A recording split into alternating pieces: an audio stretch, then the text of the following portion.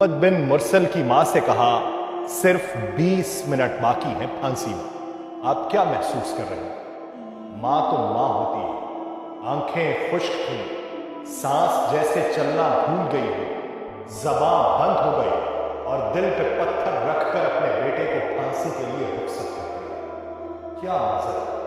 और मोहम्मद बिन मुरसल को फांसी दी। 20 सितंबर 2023 को नजरान में नौजवान मोहम्मद बिन मुरसल सालियत के शहर नजरान के रहने वाले थे। मामूली सी तरक्की के बाद उनके हाथ से उनके एक कज़न का कत्ल। उनको जेल हो गई। जेल में कुछ अर्सा गुजारने के बाद अदालत ने क़सास में उनकी गर्दन उड़ाने का हुक्म सुना। अलबत्ता शरई तौर पर मकतूल के वरसा के पास दियत लेने या फी सबीलिल्लाह माफ करने का इख्तियार भी था।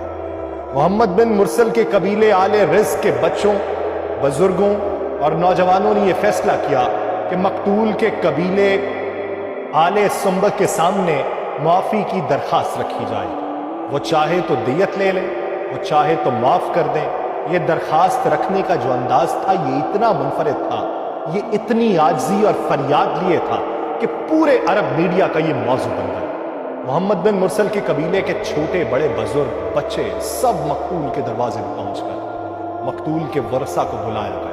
उनके सामने कबीले के सरदारों और शेखों ने, जवानों और बच्चों ने अपनी अकालें, चादरें, लंबे जुब्बे उतार कर मकतूल के वरसा के कदमों में रख दी। इज्जत और फख्र समझे जाने वाली चीजें और अशिया उतार कर मकतूल की चौखट में रख दी गई।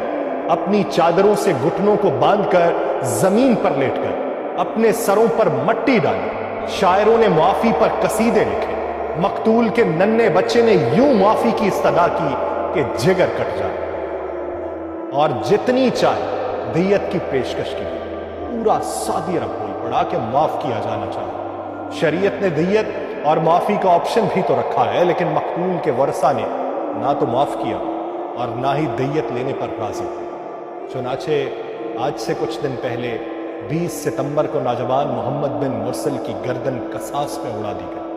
ये पहला कातिल था जिसके लिए पूरे मुल्क में मग़फ़िरत की दुआएं हो रही। लोग हमदर्दी का इजहार कर रहे थे, लेकिन दूसरी जानिब कानून अपनी जगह कितना मजबूत था कि सब कुछ होने के बावजूद भी नाफिज हो गया। लेकिन वो कौमें तरक्की करती हैं जहां पर कानून किसी के लिए दो राया ना हो, जहां पर कानून सबके लिए बराबर, जहां पर शहजादों के लिए भी कानून वही हो जो उस मुल्क के एक आम बासी के लिए।